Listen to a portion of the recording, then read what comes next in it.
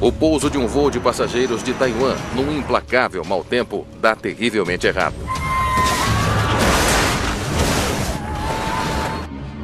Transasia 222, pode me ouvir?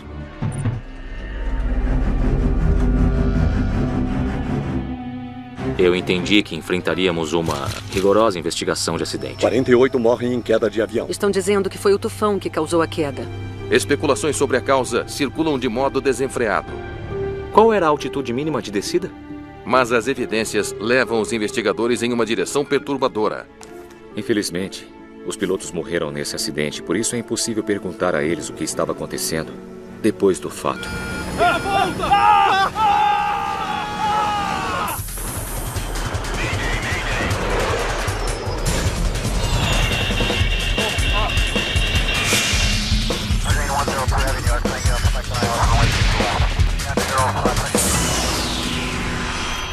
Acidentes aéreos. Esta é uma história real baseada em relatórios oficiais e relatos de testemunhas. Levados pelo vento. Em uma chuvosa noite de verão, o voo 222 da Transasia está em um padrão de espera 3.100 pés acima do Estreito de Taiwan. O piloto é o comandante Li Yi-liang. Direção 240. Ele é um ex-piloto militar com 22 anos de experiência comercial. Transasia 222, direção 240. O copiloto Xiang Guangxing está fazendo monitoramento. Ele está no cargo há apenas 2 anos e meio. Transasia 222, direção 240, aprovada. O piloto no comando pilota a aeronave. O piloto que não está pilotando supervisiona o voo da aeronave e é treinado para interpor e interceder se os procedimentos não estiverem sendo seguidos ou se a aeronave estiver em uma situação de perigo. A tripulação da Transasia está pilotando um turbo-hélice ATR-72, uma aeronave popular para curtas distâncias. O ATR-72 tem uma excelente reputação. Ele está em produção desde o final da década de 80. Há 54 passageiros e 4 tripulantes a bordo. Quase todos são cidadãos taiwaneses.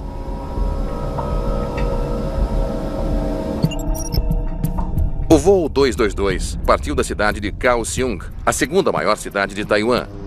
Ele se dirige para Magong, no arquipélago de Penghu, um popular destino de férias taiwanês. Quando pensamos em Penghu e Magong, nós pensamos no verão, no mar e em vários turistas que vêm para cá curtir as suas férias. E isso é muito bom.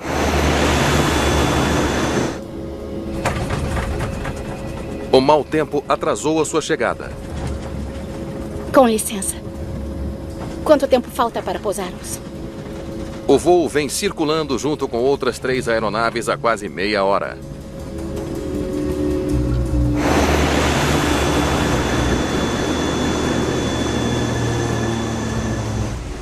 O atraso é resultado do tufão Matmo.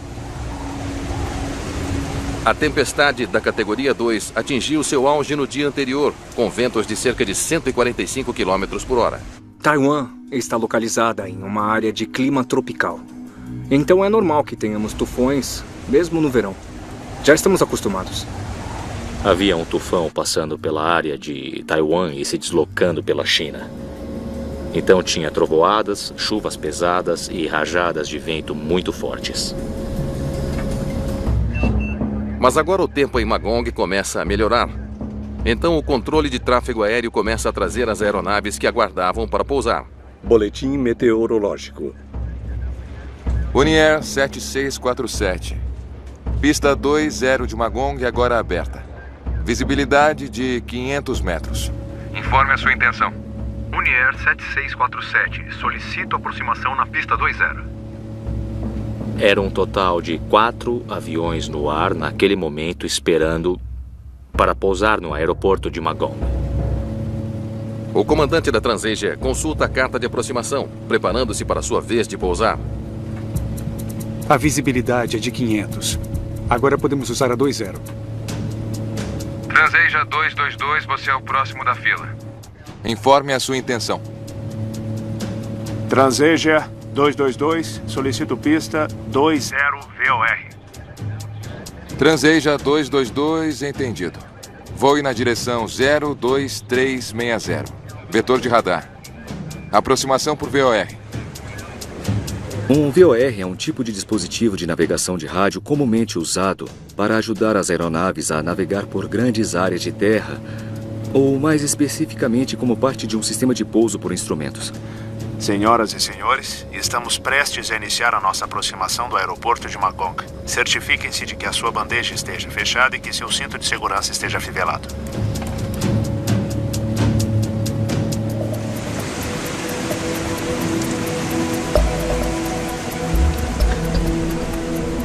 Unier 7647, pouso liberado. O primeiro dos 4 voos que esperavam para aterrissar já foi liberado e logo estará no solo.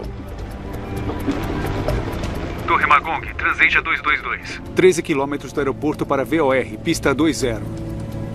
Transasia 222, Torre Magong, pista 20. Prossiga a aproximação.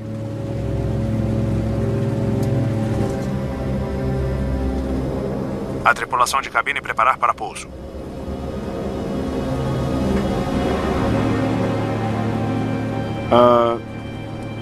Passando 8 quilômetros.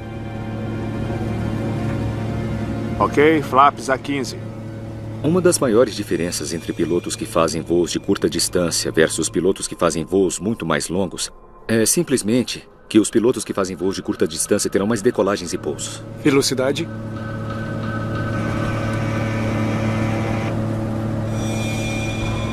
Flaps a 15. As decolagens e pousos, e é claro, a aproximação para o pouso, são muitas vezes a parte mais movimentada e estressante do voo. O ATR-72 está a poucos minutos da pista. Transasia 222, pista 20. Vento 250 graus, 1.9 nós. Liberado para pouso.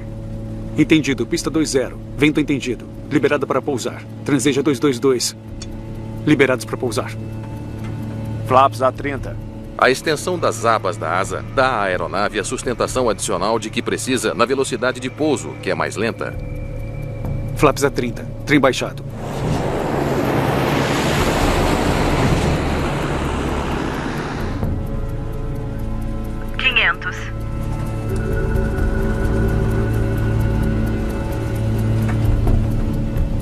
Uh, 90.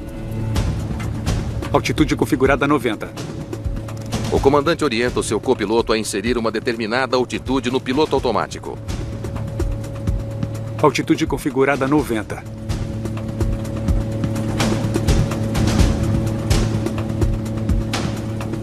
$60. O comandante decide ir mais baixo. O avião agora está a menos de 30 segundos do solo.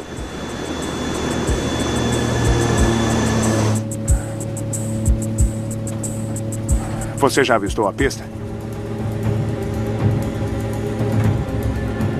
Não. Não? Não, senhor. Ah, ok. Ok. Dê a volta. Vamos. O comandante tenta abortar o pouso e subir.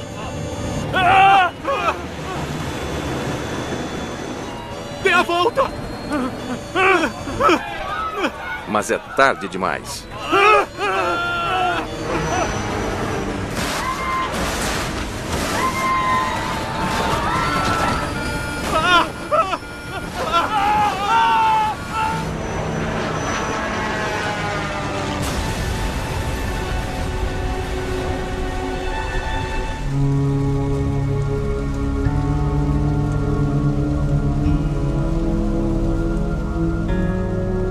O voo 222 da Transasia caiu no vilarejo de Xixi, a menos de 1,5 km do aeroporto taiwanês onde deveria pousar.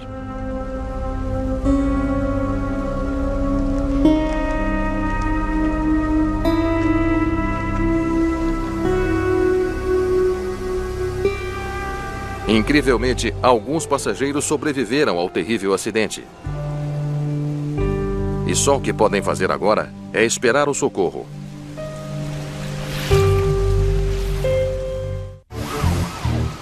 Socorristas taiwaneses correm para o local do acidente do voo Transasia 222.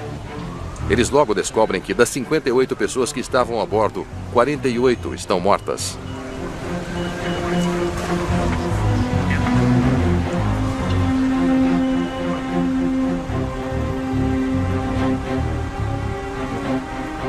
Já passava das 7 horas da noite. E eu estava assistindo ao noticiário e vi as notícias de última hora na TV. Thomas Wang, do Conselho de Segurança da Aviação de Taiwan, liderará a investigação do intrigante acidente. Quando eu vi as imagens no noticiário, eu entendi que enfrentaríamos uma rigorosa investigação de acidente. Parentes de passageiros e tripulantes se reúnem em hospitais próximos em busca de notícias sobre o destino de seus entes queridos.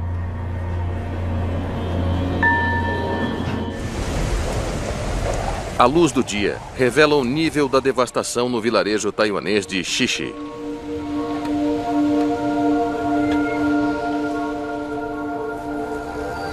A queda do Transasia 222 não só matou 48 pessoas a bordo, mas também feriu 5 moradores do vilarejo.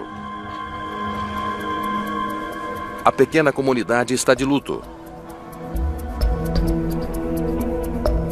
Quando nós chegamos ao local do acidente, todas as vítimas já tinham sido levadas para o hospital. Então só restavam os destroços e as várias casas destruídas pela aeronave. No começo, nós não entendemos por que a aeronave voou até uma área residencial em vez de pousar na pista do aeroporto. Wang sabe que por toda Taiwan, as pessoas logo exigirão respostas. Estávamos à procura de evidências para nos ajudar a explicar por que a aeronave caiu.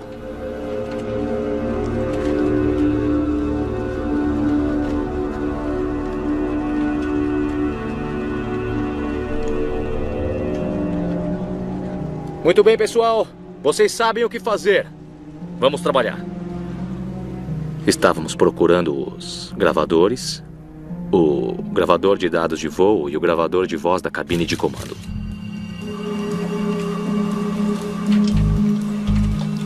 Eles também esperavam encontrar os controles de voo do avião e os 2 motores. Estávamos à procura de qualquer evidência que nos mostrasse se houve algum mau funcionamento. Enquanto a equipe de resgate recolhe os destroços, os investigadores começam a mapear o local do acidente. Me mostra aqui no mapa. É então que eles fazem sua primeira grande descoberta. Ok, muito obrigado.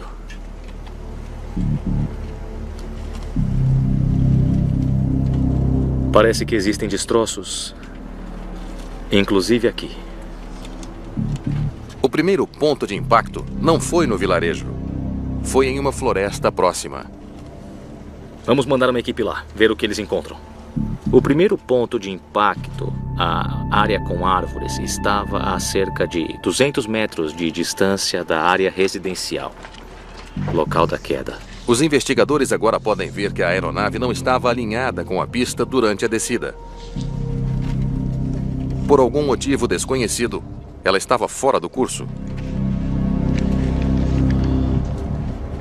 Por que será que estava tão longe do curso? Nesta fase inicial da investigação, a causa do acidente ainda é um mistério. Mas a equipe já recuperou as caixas pretas. Os dispositivos podem fornecer muitas das respostas que eles estão procurando. Na fase inicial, nós não queríamos especular demais. Então, naquele momento, nós apenas reunimos todas as evidências que pudemos encontrar e esperamos pela leitura fornecida pelos gravadores.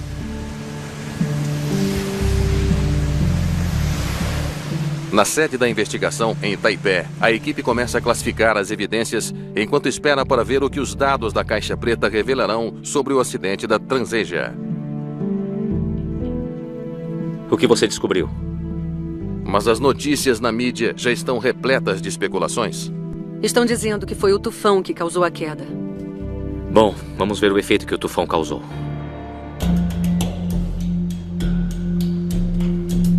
Muito bem, então nós temos a trajetória do voo. Wang quer saber exatamente o quanto o voo 222 estava perto do olho da tempestade no momento da queda. Sabemos que eles decolaram às 5h45 da tarde e que estavam se aproximando para o pouso às 7 da noite. Matmal é o terceiro tufão na região do Pacífico Ocidental em menos de 3 semanas. Olha, não parece que foi o tufão. Os dados meteorológicos mostram que no momento da queda, o tufão estava a 142 milhas náuticas a noroeste de Penghu e que se afastava das ilhas. O tufão estava quase fora do alcance deles. Magong não estava no olho da tempestade. Mas Thomas Wang sabe que o aeroporto ainda poderia ter sido afetado pelas bandas externas de chuva do tufão. O tufão Matmal provavelmente era apenas um tufão de tamanho médio, mas, mesmo assim, ele estava trazendo muita água e, é claro, ventos fortes. Eles precisam saber como o tufão, apesar de distante, estava afetando as condições climáticas do aeroporto no momento da queda. Eles examinam os dados meteorológicos mais atentamente. Vento a velocidade de 11 nós, com rajadas de 21 nós. Tudo bem dentro dos limites operacionais da aeronave. Eles calculam que os ventos podem ter sido fortes o bastante para empurrar o avião para fora da rota, mas não o suficiente para provocar uma catástrofe. E quanto à visibilidade? Tenho imagens do aeroporto daquele momento. A visibilidade seria uma questão muito importante para nós entendermos se a tripulação do voo poderia localizar a pista visualmente ou não. Eles estudam imagens das câmeras de vigilância do aeroporto a partir de cerca de 30 minutos antes da queda do avião. Tudo bem? Está bem claro. E então, de repente, a chuva chega. Pelas câmeras de segurança, nós pudemos ver a pista de pouso, pudemos ver algumas placas do aeroporto e então pudemos ver que estava chovendo. Pode levantar as imagens de logo antes da queda? Eles sabem que o Transasia 222 caiu às 19h06. As imagens do aeroporto de logo antes desse horário revelam algumas evidências surpreendentes. Isso está começando a ser mais do que apenas chuva. Isso é uma tempestade pesada. Depois das 7 da noite, tudo começou a ficar mais intenso. Nós tivemos chuvas fortes e aí a visibilidade começou a diminuir muito rapidamente, logo depois desse horário. Os pilotos precisam ter um mínimo de visibilidade clara para pousar. Os investigadores estimam que no momento da queda, a visibilidade era tão limitada que a tripulação da Transasia não teria conseguido ver a pista até estar praticamente em cima dela. A visibilidade não estava passando dos 200 metros. Como permitiram que eles pousassem?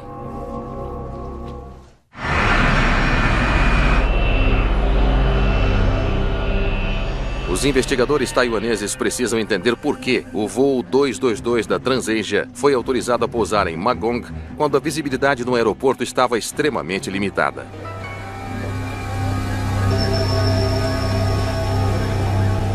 A visibilidade não chegava a 500 metros. Por que deixou que eles pousassem? Eles fazem as suas perguntas ao controlador de tráfego aéreo que estava de plantão na noite da queda. O controlador tem a obrigação de passar para a tripulação determinadas informações, como a pista em uso, a visibilidade e as condições do vento. O boletim meteorológico estava bom. Às 19 horas, eles relataram a visibilidade de 500 metros. Unier 7647, pista 20 de Magong agora aberta. Visibilidade 500 metros, indique a sua intenção. 1.600 metros de visibilidade é o mínimo exigido para a aproximação realizada pela tripulação da Transasia. Isso aqui é da hora da queda. Claramente a visibilidade estava inferior ao mínimo. Tudo o que você tinha que fazer era olhar pela janela. Bom, isso foi o que nos passaram. De onde vêm os seus boletins meteorológicos? Eles vêm do Centro de Meteorologia, aqui no aeroporto. O aeroporto de Magong é uma instalação civil e militar. Os dados meteorológicos são coletados e distribuídos pelos militares. Vou dar uma olhada lá fora. Um observador sai para verificar as condições pelo menos a cada 30 minutos. Era a função do meteorologista registrar muitas informações, como temperatura, direção do vento, pressão do ar, se havia previsão de tufões e chuvas fortes.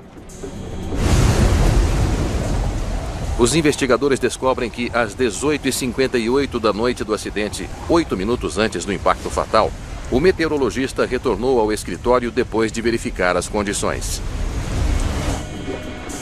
Está chovendo mais forte lá fora, mas a visibilidade ainda está boa. A visibilidade no momento em que a tripulação decidiu pousar naquela pista estava dentro dos limites. Boa noite. Controle de tráfego aéreo. Observações locais. Visibilidade de 500 metros através de chuvas e trovoadas.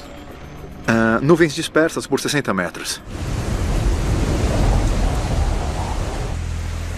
O meteorologista informou as condições à torre de controle às 19h02, 4 minutos antes do impacto.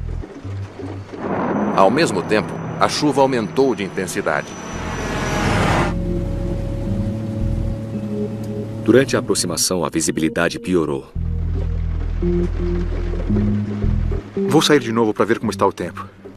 A visibilidade estava diminuindo de 500 metros para 250 metros e chegou até 150 metros por causa da chuva pesada. Quando o controlador recebeu o relatório atualizado às 19h10, já era tarde demais. Transasia 222, pode me ouvir?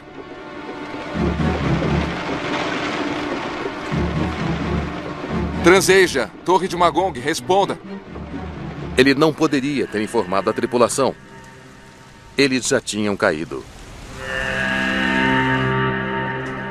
Obrigado pelo seu tempo. Agora está claro que as condições climáticas no aeroporto de Magong mudaram rapidamente nos minutos precedendo o acidente. Mas para Thomas Wang, um boletim meteorológico atrasado não explica o desastre. Altitude configurada 90. Ele se pergunta por que os pilotos simplesmente não abortaram o pouso. 60. Cada voo de uma aeronave é, em última instância, de responsabilidade da tripulação de voo. Cabe a eles tomar a decisão de continuar com o voo ou não continuar com o voo. Porque se eles não veem a pista, eles devem fazer a coisa prudente e realmente executar uma aproximação perdida.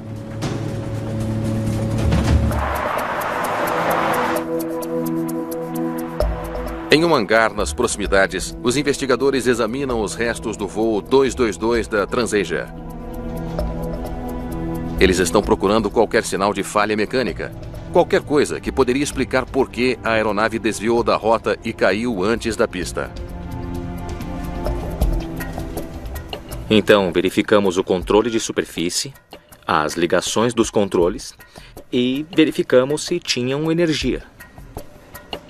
Eles não encontram nada que aponte para uma falha nos controles de estabilidade do avião. Ambos os motores parecem estar mecanicamente bons e os seus circuitos eletrônicos parecem normais. Mas descobrimos que não havia evidências indicando a existência de um problema mecânico ou qualquer outro problema. A análise cuidadosa não deixa dúvida alguma. O voo 222 não foi derrubado por uma falha mecânica ou de sistemas. Os investigadores precisam de outra teoria. O motivo do voo 222 da Transasia Airways ter caído na aproximação a Magong ainda é um mistério. Mas agora os investigadores têm uma nova ferramenta em seu esforço para encontrar a causa: o gravador de dados de voo do avião. Impacto inicial. O gravador de dados é particularmente importante nesse acidente porque tem informações que não podem ser obtidas de outras fontes, como as configurações dos motores, dos controles de voo, as manobras que foram feitas antes do acidente. Tudo isso estará no gravador de dados. Eles não estarão em nenhum outro lugar. Impacto final. Como você chegou até aqui? Já estou com todos os dados. Eles analisam centenas de dados em busca de algo fora do comum. A informação confirma as descobertas anteriores de que o voo 222 estava mecanicamente perfeito. Ele não sofreu uma falha de sistemas. Espera um pouco. Então eles descobrem algo. 1 minuto antes do impacto, estavam a 60 metros? Qual era a altitude mínima de descida? Segundo as regras da aproximação do voo 222, os pilotos não deveriam ir abaixo de uma altitude de descida mínima pré-definida, ou MDA, até que pudessem ver a pista de pouso. Se não é possível ver a pista, eles devem fazer a chamada aproximação perdida. Você já viu a pista? Dar a volta e fazer outra tentativa de pouso. Não. Ou desviar para outro aeroporto.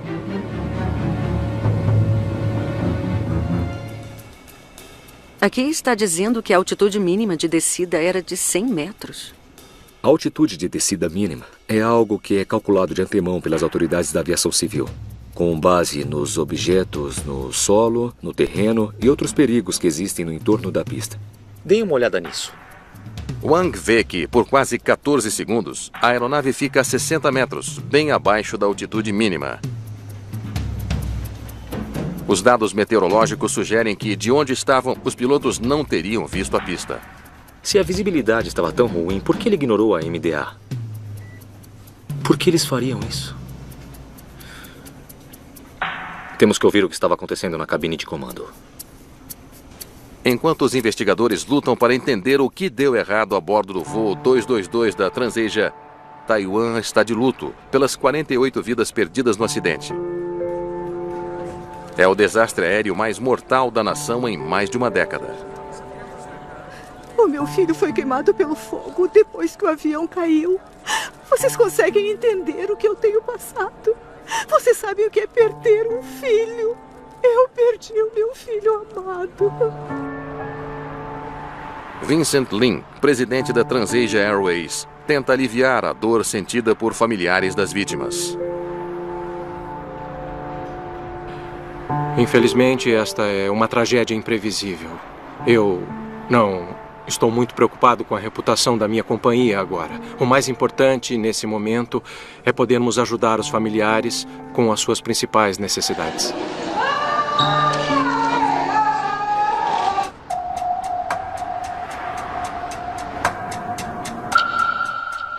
Uma evidência crítica que pode lançar uma nova luz sobre o acidente finalmente está disponível para os investigadores. A gravação de voz da cabine de comando.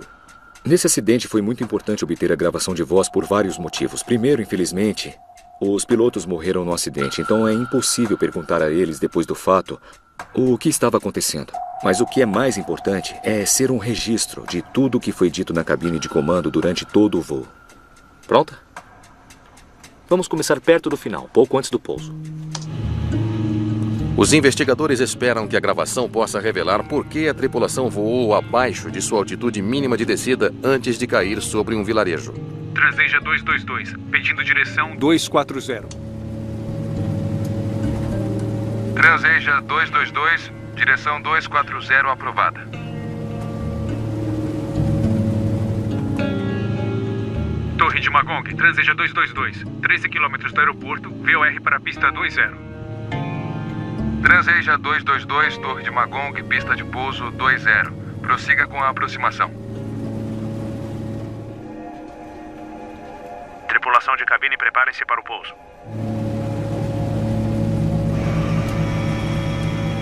Flaps a 15. Logo, os investigadores ouvem algo inesperado. Trem baixado. Ok. Checklist pré-aterrissagem. Trem baixado. Flaps a 30. Controle automático, luzes de decolagem acesas. Alerta de gelo apagado. Pista 20, liberados para pouso. Checklist pré-aterrissagem completa. Vento 290. Espera, para. Foi essa a checklist pré-aterrissagem? O copiloto falou sozinho o tempo todo. O comandante nem pareceu estar ouvindo. Os pilotos devem responder a cada item do checklist com informes e respostas padronizadas. Vamos continuar. 90. Configurar altitude em 90. Nenhum dos pilotos se ateve aos procedimentos operacionais padrão. Coisas como ler as checklists. Os procedimentos operacionais padrão são vitais para a segurança da aviação, com base em décadas de experiência. Então, ignorar essas décadas de experiência sem uma boa razão coloca a aeronave e as pessoas ao seu redor em risco. O gravador de voz do voo 222 está dando aos investigadores um vislumbre de como os pilotos executaram o seu pouso. 60. Para um minuto. Eles sabiam que a altitude mínima de descida era de 100 metros. Mas parece que o comandante ignorou isso também. Talvez estivessem vendo a pista, finalmente. Vamos descobrir.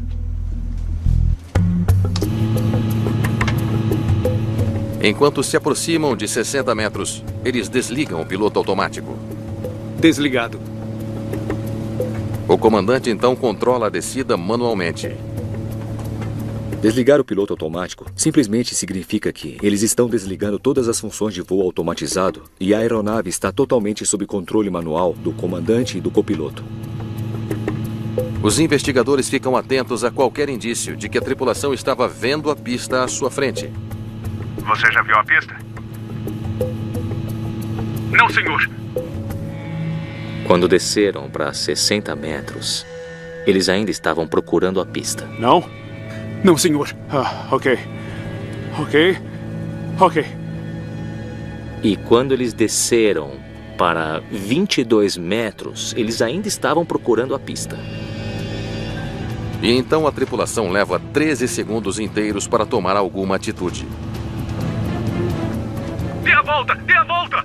Devido à velocidade da aeronave, eles poderiam ter percorrido várias centenas de metros em um período de 13 segundos.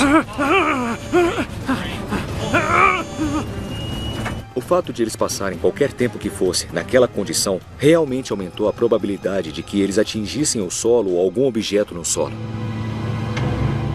Então nós temos certeza de que eles não conseguiam ver a pista, mas mesmo assim eles decidiram descer com a aeronave e tentar encontrar a pista.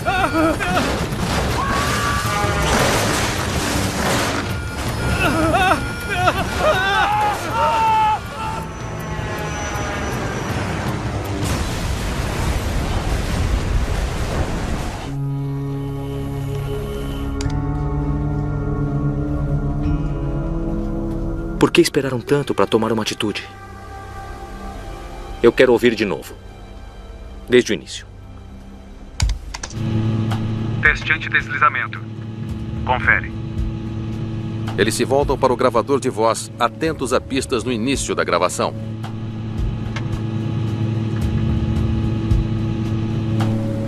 Aguarde. Checklist de decolagem completa. E o que eles ouvem é alarmante. Senhor, configuramos a próxima altitude 100 ou 122. Por algumas vezes, os pilotos demonstram dificuldade com procedimentos básicos. Hein? Tudo, desde checklists até a configuração de altitude. Configure a próxima altitude em 122. É sempre surpreendente quando você tem uma gravação que indica que os pilotos estão violando os procedimentos padrão. A gravação então dá uma pista clara sobre as dificuldades da tripulação. Eu estou tão cansado. Vamos ficar nessa altitude? Sim. Ok. Orbital direita ou orbital esquerda? Mantenha a manobra padrão orbital direita. No gravador de voz, ouvimos claramente que o comandante estava bocejando e dizendo que estava cansado. O gravador de voz nos permite saber tudo o que estava acontecendo na cabine. Pelo fato do comandante estar cansado, como evidenciado pelo bocejo, isso implica que o comandante não será tão preciso quando for necessário reagir a situações e agir sobre decisões depois que forem tomadas. Isso fará com que seja menos provável que a tripulação como um todo possa responder a situações de emergência. Por que ele está tão cansado?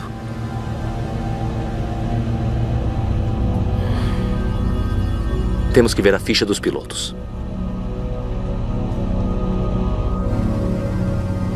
Os registros mostram que a Transasia havia contratado o copiloto Xiang Guangsing há 3 anos e sem experiência alguma em companhias aéreas. O comandante Li Iliang era piloto comercial desde 1992. Ele já havia viajado para o aeroporto de Magong muitas vezes e em todo tipo de clima. Ele tinha um currículo impecável.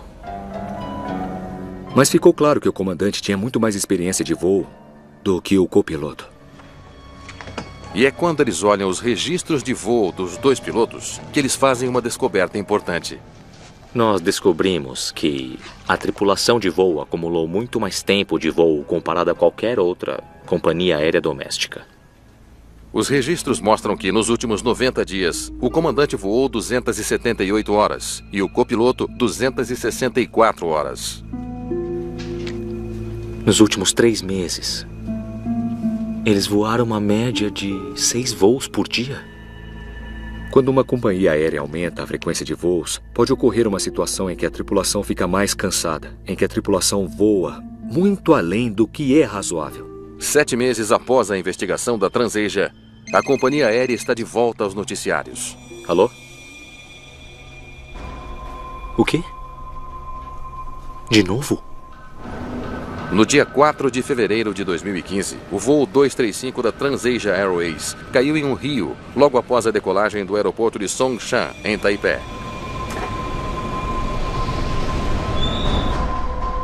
Apenas 14 das 57 pessoas a bordo sobreviveram. É o mesmo tipo de aeronave e a mesma companhia aérea e o mesmo país.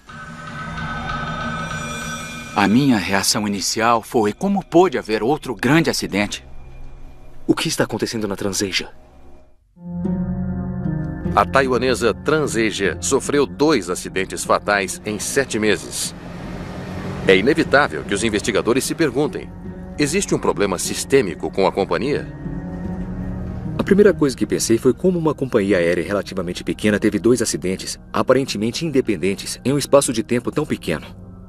Mas depois de uma revisão adicional observando algumas das descobertas do segundo acidente, descobriu-se que havia uma certa ligação entre os 2 acidentes.